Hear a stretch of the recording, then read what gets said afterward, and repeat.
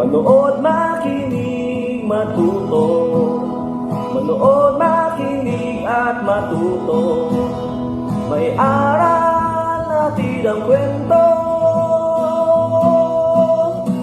ng bayan ko.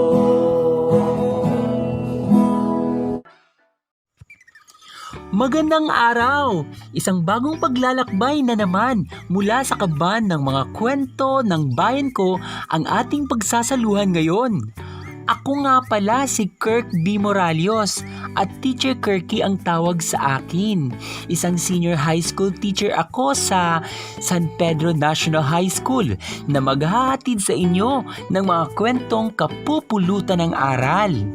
Ang kwentong babasahin ko ngayon ay tungkol sa isang inaasahang bisita ng pamilya ni na Abby na magdadala ng higit na kaligayahan. Sino kaya itong bisitang pinakahihintay at pinananabikang makita ng pamilya ni Abby? Isinulat at iginuhit naman ito ni Conrad Ladisley B. Tua III ng Division of Antique at binigyang buhay naman ito sa anyo ng audiobook ni Kirk B. Moralios ng Division of Antique. Handa na ba kayong maglakbay sa kaban ng mga kwento ng bayan ko? Halina't makinig!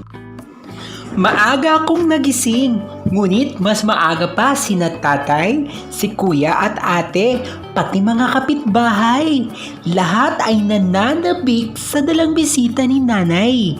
Teka nga at malibot ang bahay nang malaman ko kung sino itong bisitang hinihintay.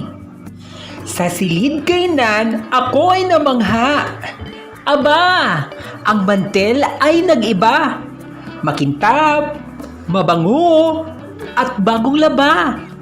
Maging ang sala ay inayos na kasing lapad ng plaza. Pwede kaming sumayaw ng tango at cha-cha.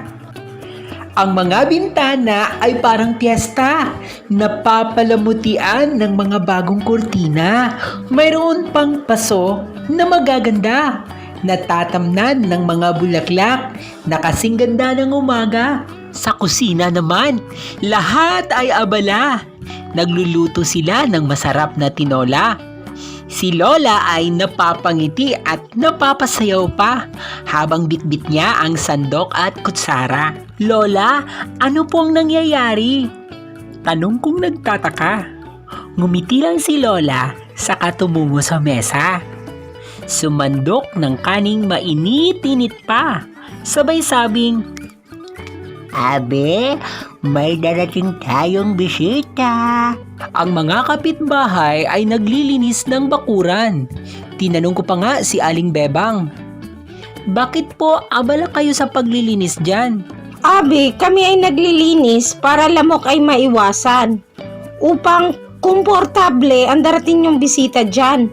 Oo, may paparating kayong bisita. Hindi mo ba alam? Si Tia Gemma ay may pinagkakaabalahan. Mga halaman sa hardin ay kanyang dinidiligan. Binubunot din niya ang mga damong nagtataasan para daw maayos ang pagpapasyalan ng bisita naming inaabangan. Halika, Abby at ako'y iyong tulungan. Tanggalin natin itong mga batong naglalakihan para ang iyong inay ay hindi mahirapan sa pagtulak at paghila ng espesyal na sasakyan ng ating bisitang pinakakaabangan. Lumapit ako kay tatay, sabay hawak sa kamay. Tatay, anong mayroon at kayo ay abala?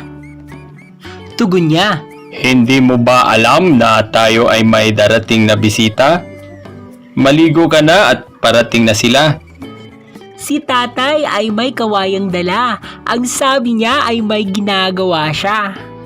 Para daw yon sa higaan ng darating na bisita na siguradong makatutulog ng makapagpahinga. Si kuya naman ay nasa bagong silid. Pinipinturahan ang dingding ng makukulay na mga guhit. Parang nasa outer space dahil may mga rocket. Nais kong sumakay doon nang makapagliwaliw saglit. Si ate naman ay nasa kwarto ni na tatay at parabang may pinagkakaabalahang gawain. Tinutupi niya ang mumunting damit na tinahi ni nanay. Masukat nga at baka magkasya din sa akin.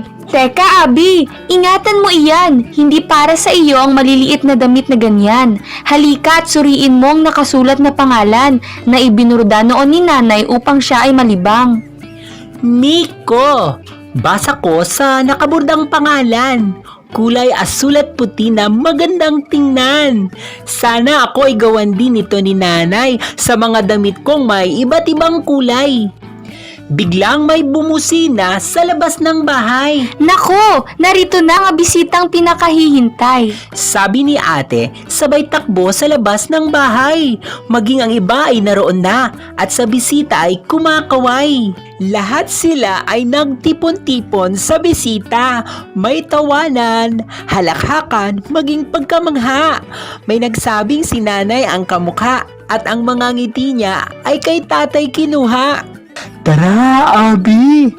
Sabi ni nanay.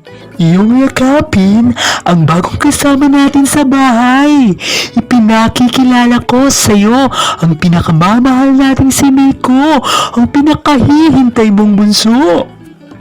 Biglang tumalon ang aking puso sa tuwa at pagkamangha.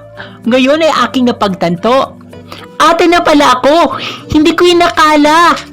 Ngayon, kaming mag-anak ay kumpleto na. Dumating na sa wakas ang pinakahihintay naming bisita. At diyan nagtatapos ang aking kwento para sa inyo. Sana ay inyong nagustuhan. Hanggang sa muli, paalam! Ang kaban ng mga kwento ng bayan ko ay mula sa amin ng Bureau of Learning Resources at ng mga Learning Resources Management Section ng Kagawaran ng Edukasyon. Manood, makinig, at matuto.